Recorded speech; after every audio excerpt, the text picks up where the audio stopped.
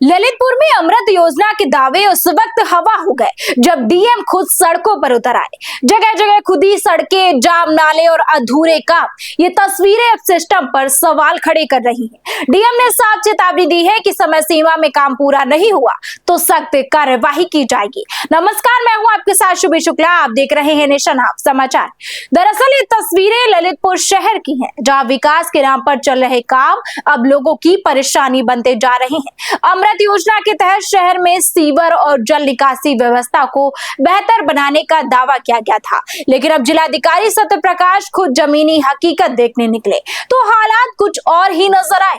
Civil line, चांदमारी और Nehru Nagar ward की गलियों में पैदल निरीक्षण के दौरान डीएम को हर तरफ अव्यवस्था देखने को मिली। कई जगह सड़कें खुदी पड़ी थी, लेकिन उन्हें ठीक करने का काम अधूरा छोड़ दिया गया था। इससे आम लोगों को आने जाने में भारी दिक्कतों का सामना करना पड़ रहा है। इतना ही नहीं, कई इलाकों में नालों की हालत भी खराब मिली है। गंदा पानी सड़कों पर बहता नजर आया, जो न सिर्फ बदइंतजामी की तस्वीर दिखाता है बल्कि बीमारियों के खतरे को भी बढ़ाता है। जैसे ही डीएम ने हालात देखे, उन्होंने मौके पर ही जिम्मेदार अधिकारियों और जल निगम के ठेकेदारों को फटकार लगाई। साफ कहा गया है कि काम में किसी भी तरह की लापरवाही बर्दाश्त नहीं की जाएगी। डीएम ने अधिकारियों को सख्त निर्देश देते हुए कहा कि 7 दिनों के भीतर सभी नालों की सफाई कराकर जल निकासी व्यवस्था को दुरुस्त किया जाए। इसके साथ ही 1 महीने के भीतर सभी खुदी सड़कों को पूरी तरह से ठीक करने का लक्ष्य तय किया गया है।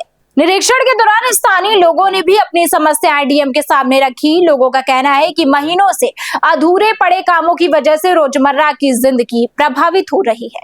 कई बार लोग गिरकर चोटिल भी हो चुके हैं और बरसात के समय हालात और भी खराब हो जाते हैं। अमृत योजना, जिसका उद्देश्य शहर को बेहतर सुविधाएं देना था, अब उसी पर सवाल उठ रहे हैं। लोगों का कहना है कि अगर काम समय पर और सही तरीके से किया जाता तो उन्हें इस तरह की परेशानियों का सामना नहीं करना पड़ता। देखिए, गर्मियाँ जब आती हैं तो यहाँ बुंदेलखंड में पानी की थोड़ी समस्या रहती है, लेकिन हर घर जल योजना के तहत काफ़ी हद तक पानी पहुँचाया जा चुका है, तो पूर्व के सालों से अब काफ़ी राहत है।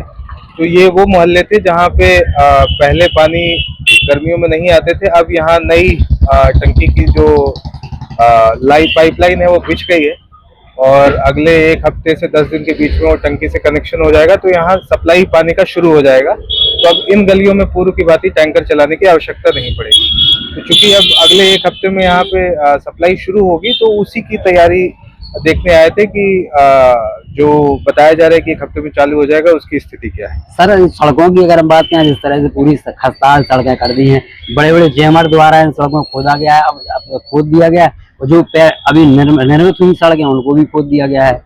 पाइपलाइन बिछाने में कई जगह सड़कें खुदी हैं, वो अभी मैंने भी देखा है, और पूरे शहर में जहाँ जहाँ अभी इसकी मरम्मत नहीं हुई है उसकी सूची बना ली गई है और उसकी लगातार समीक्षा की जा रही है कि आने वाले अगले 1 महीने में जैसे ही ये सब पानी की सप्लाई शुरू हो जाती है, तो अगला पूरा फोकस हमारा इसी पर रहेगा कि सभी सड़कें सुधर जाए। अभी जैसे फिलहाल डीएम के सख्त रुख के बाद प्रशासन हरकत में जरूर आया है, लेकिन अब नजर इस बात पर होगी कि जमीन पर हालात कितनी तेजी से सुधरते हैं। बने रहिए हमारे साथ और देखते रहिए नेशन आप समाचार।